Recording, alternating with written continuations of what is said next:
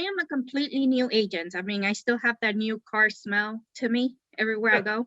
So I haven't, so I haven't actually, had any deals as of yet. What do you answer to somebody who, you go on a presentation and they ask you about your experience being completely new? You don't want to give that, I don't know what I'm doing, Right. feeling. So Yeah, Valerie, here's what I recommend that you do. First of all, power in the power world, we call them not presentations. We try and call them listing conversations because we're conversing with somebody to try and help them and coach them get to their next level in their life, as opposed to try to present and sell. So just something to stick in your head as a new agent. That's number one. And you can turn your camera off, Valerie, so you don't have to have that on.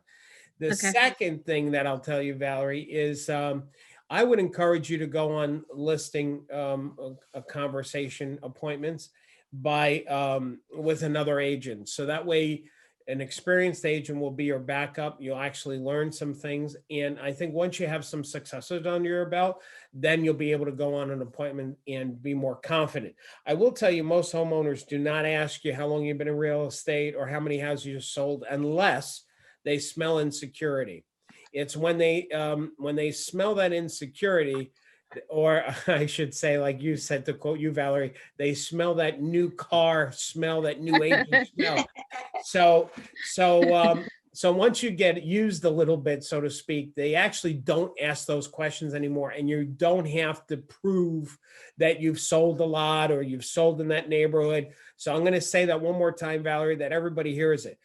Homeowners rarely ask how long you've been in real estate or what your production is, unless they sense insecurity from you.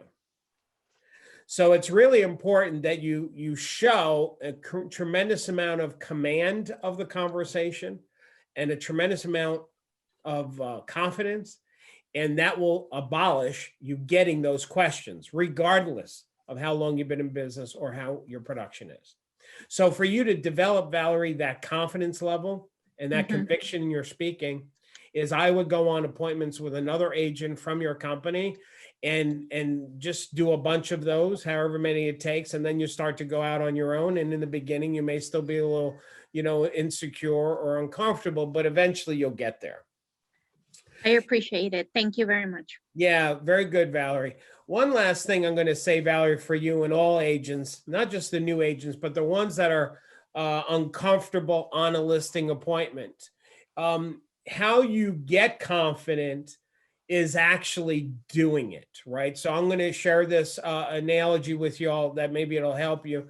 Is that when I was really young and I was learning how to ride a bike, and my father was teaching me how to ride a bike, and of course I had the training wheels on, and then he took the wheels off, and then he would hold the back seat of the bike, and he one time he let go of the back seat of the bike, and I found myself, riding a bike.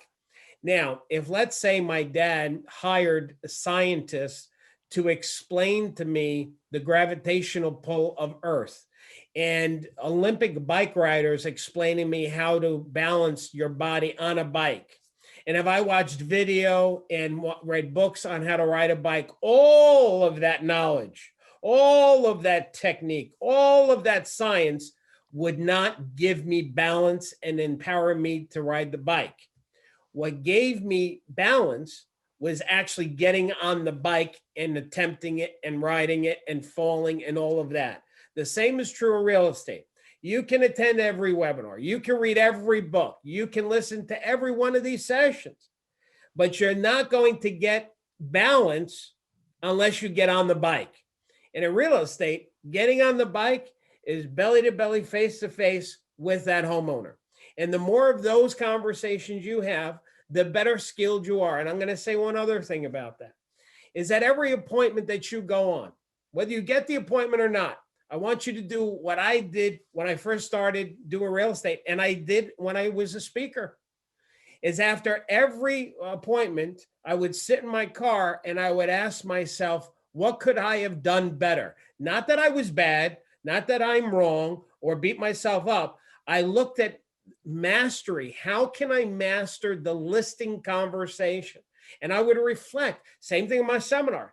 Well, after I did a seminar, I don't care how good or bad I was, I would then sit somewhere, whether it was in the car or on the plane, and I would go through the seminar again and say what worked about what I did and what didn't work about what I did.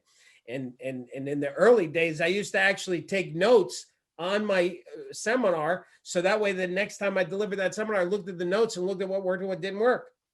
So be committed to mastery, be committed to learning. You know, a black belt, boy, this is a long answer to Valerie's question, but it keeps coming to me, so I'm just going to keep going here.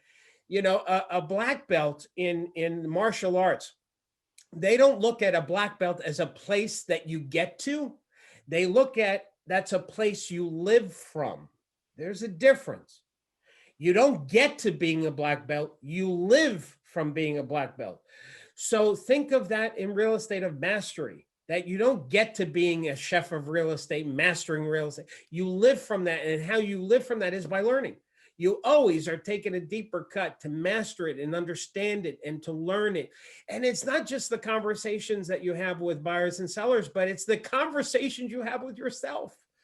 After an appointment, how some of you beat yourself up, or when you make a phone call and you don't get the appointment, you beat yourself. That's an internal conversation with you. Change the conversation to being committed to mastering and improving. Every challenge is an opportunity for you to become stronger. A pencil becomes sharper by going through the friction. It's all good, man. It's all good. That's how you get better. And I hope that helped you, Valerie.